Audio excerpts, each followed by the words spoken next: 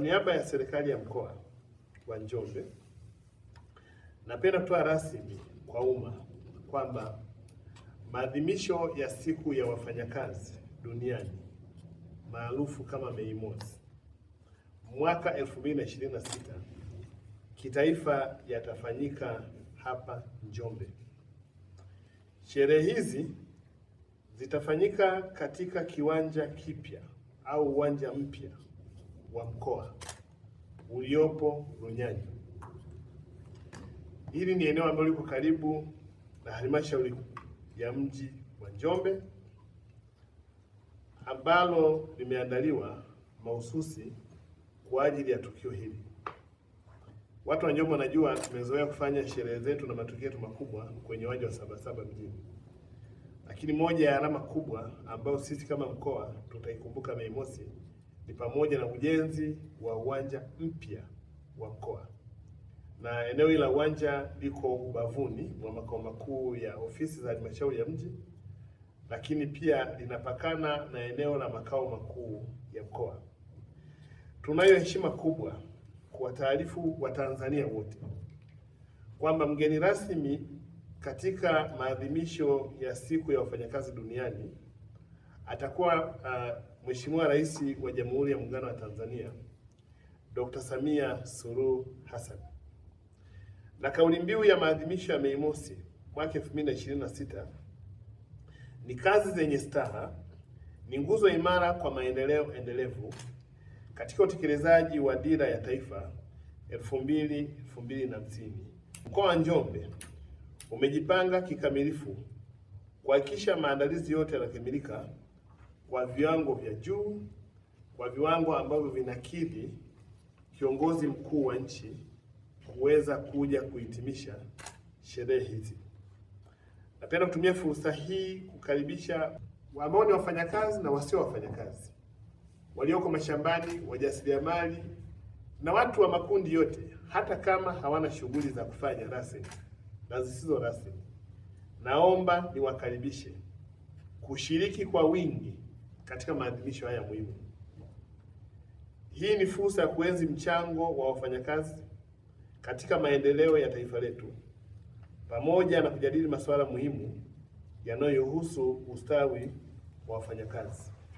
Sasa Mei Mosi ya mwaka huu imekuwa na vitu vingi, na moja ya eneo ambalo wananchi wangependa kufahamu ni eneo la ulinzi na usalama.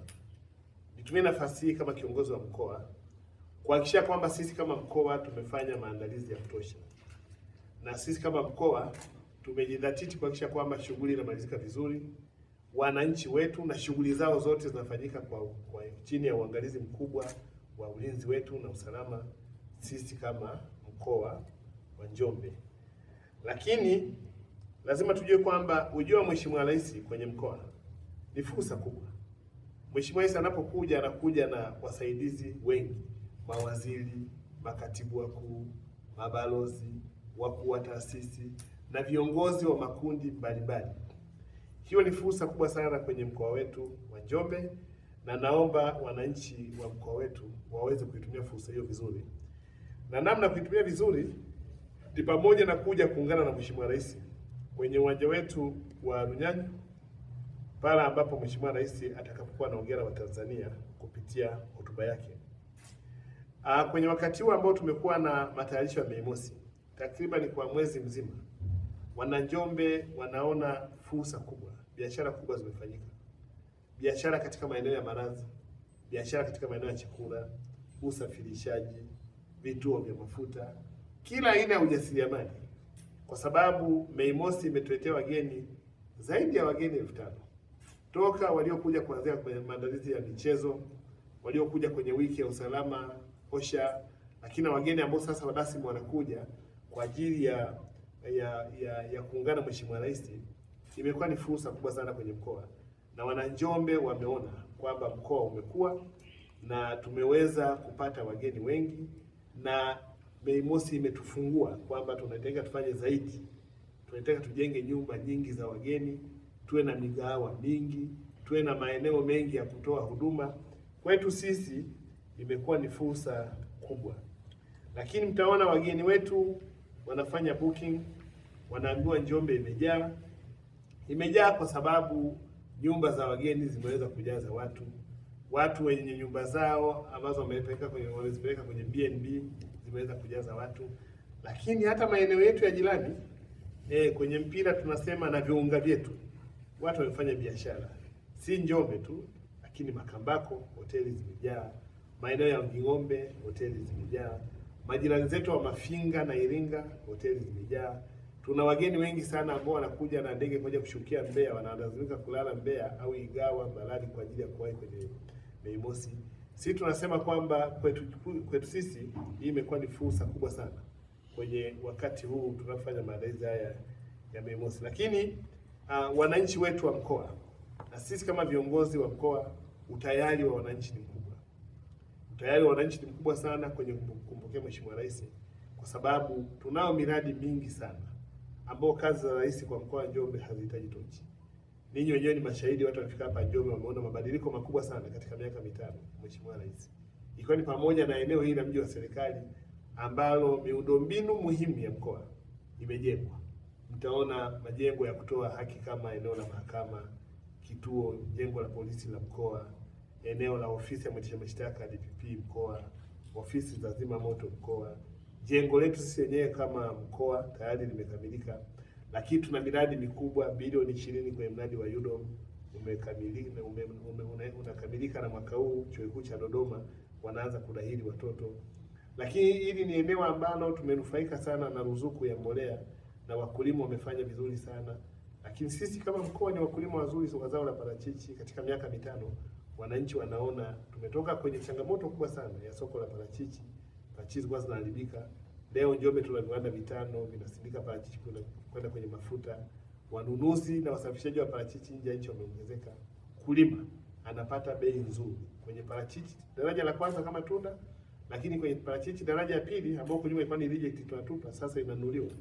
Tumetoka kwenye kununua parachichi reject shilingi 150 kwa kilo kwenda shilingi 750 mpaka 1500.